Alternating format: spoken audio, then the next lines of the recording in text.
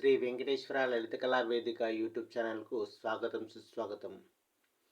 ఇప్పుడు ఈ వీడియోలో రథసప్తమి గురించిన వివరణ, ఆ వీడియో గురించిన అంశాలు చూడబోతున్నాం, వినబోతున్నాం.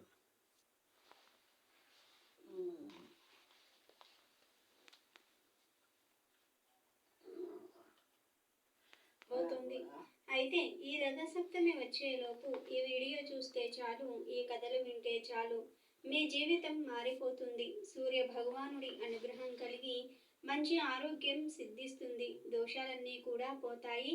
జన్మ జన్మల పాపాలు పోయి కోటి జన్మల పుణ్యం వస్తుంది.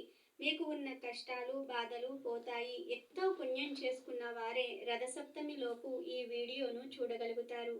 ఎవరైతే రథసప్తమిలోపు ఈ కథలను వినగలుగుతారో వారికి అన్ని శుభాలే జరుగుతాయి. మాఘశుద్ధ సప్తమి సూర్య భగవానుడు పుట్టిన తిథి. సకల జగత్తుకు వెలుగునిచ్చే సూర్యుడు రథాన్ని ఎక్కి తన దిశా నిర్దేశాన్ని మార్చుకునే రోజు. భూమిపై జీవరాశులు సుభిక్షంగా మనగలుగుతున్నారంటే అందుకు కారణం సూర్యుడే. ఈ కారణంగానే భానుడిని కనిపించే దేవుడు అని అంటారు.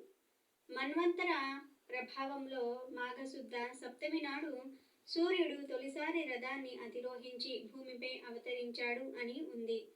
అందుకే రథ సప్తమిని పూజ్యమైన రోజుగా భావిస్తారు. మాఘ సప్తమి నుంచి రానున్న 6 మాసాలు ఉత్తరాయణ పుణ్యకాలంగా పరిగణిస్తారు. జీవకోటికి చలి తొలగించి నూతన ఉత్తేజాన్ని నింపే సూర్య భగవానుడికి కృతజ్ఞతలు తెలిపే పండుగే రథసప్తమి. రథసప్తమి ముందు రోజు రాత్రి ఉపవాసం ఉండి మర్నాడు ఉదయం సూర్యోదయానికి ముందుగానే నిద్రలేచి స్నానం చేయాలి. స్నానం చేసేటప్పుడు మగవారు 7 జిల్లేడు ఆకులు, ఆడవారు 7 చిక్కుడు ఆకులు తలపై భుజాలపై ఉంచుకుని స్నానం చేయాలి. ఇలా స్నానం చేసేటప్పుడు సప్తాస్యములు గల ఓ సప్తమి, నీవు సకల భూతములకు లోకములకు జననివి, సూర్యుడికి తల్లివైన నీకు నమస్కారము అని ఒక నమస్కారం చేసుకోవాలి. రథ సప్తమి రోజు ఆలయాలలో విశేష పూజలు జరుగుతాయి. రథ సప్తమిలోపు సూర్యుడు ఎలా పుట్టాడో తెలిపే ఈ కథను వింటే సకల శుభాలు, అష్టైశ్వర్యాలు, ఆయురారోగ్యాలు సిద్ధిస్తాయి.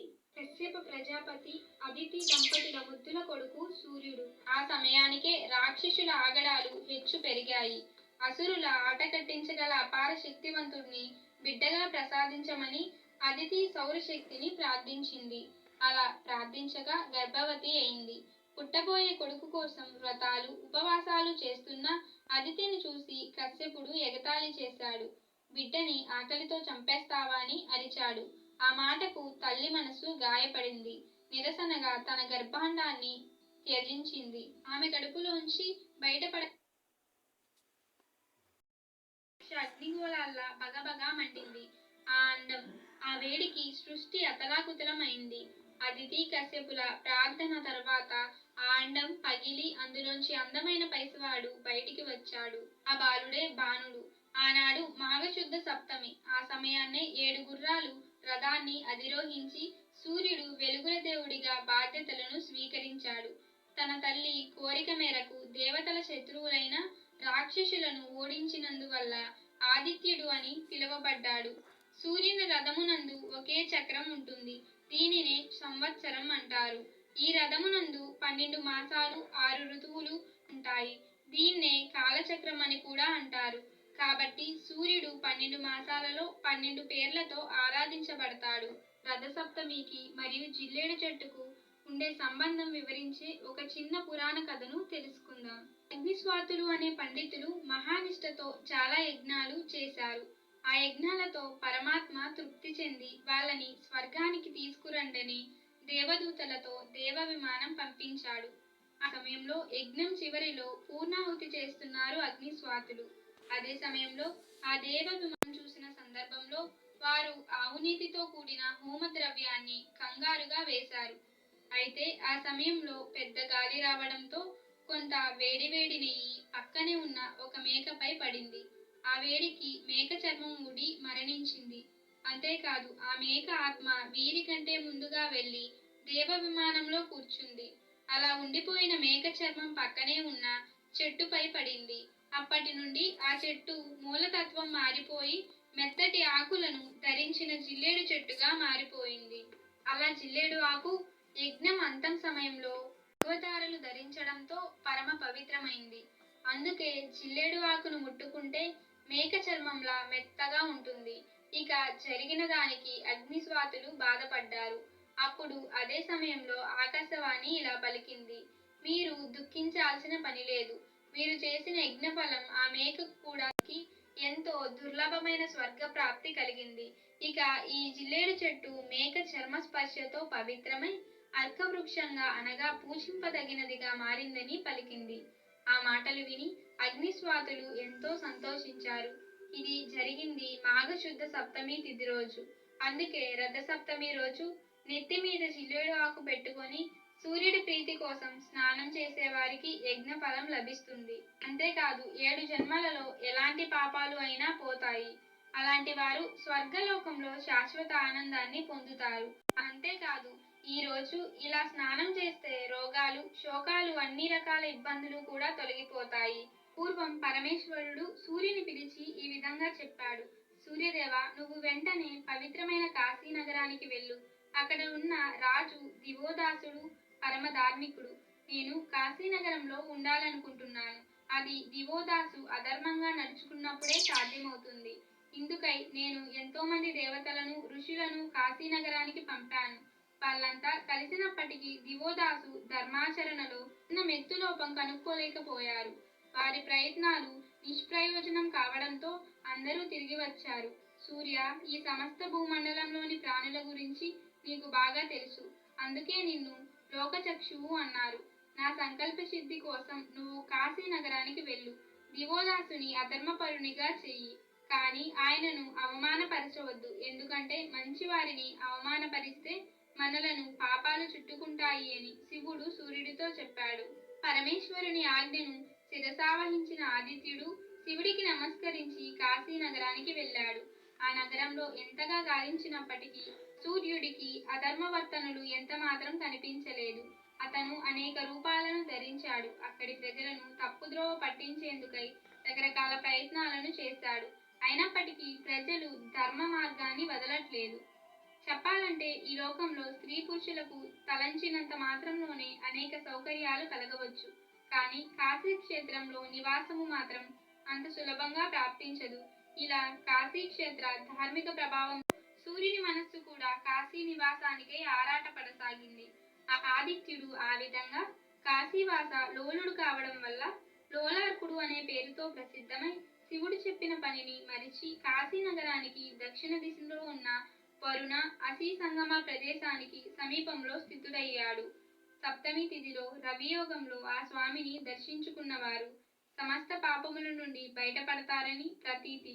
ఆదివారం నాడు లోలార్కుని దర్శించుకున్న వారికి ఎటువంటి దుఃఖాలు దరిచేరవు. నరసింహ పురాణంలోని తప్పక వినాల్సిన కథను తెలుసుకుందాం. లక్ష్మీ నరసింహ పురాణం ప్రకారం సూత మహామునిని భరద్వాజ మహర్షి సూర్యుని పుత్రులైన అశ్విని దేవతల గురించి వివరించమని అడగగా సూత మహాముని ఇలా చెప్పడం ప్రారంభించాడు. భరద్వాజ, అదితి మరియు కశ్యపులు పుణ్య దంపతులు. వారి సంతానమే ఆదిత్యుడు. అతనే సూర్య భగవానుడు. సూర్య భగవానుని కాంతికి కటిక చీకట్లో అయినా తొలగాల్సిందే. అంతటి ప్రచండ తేజస్సు కలవాడు సూర్యుడు.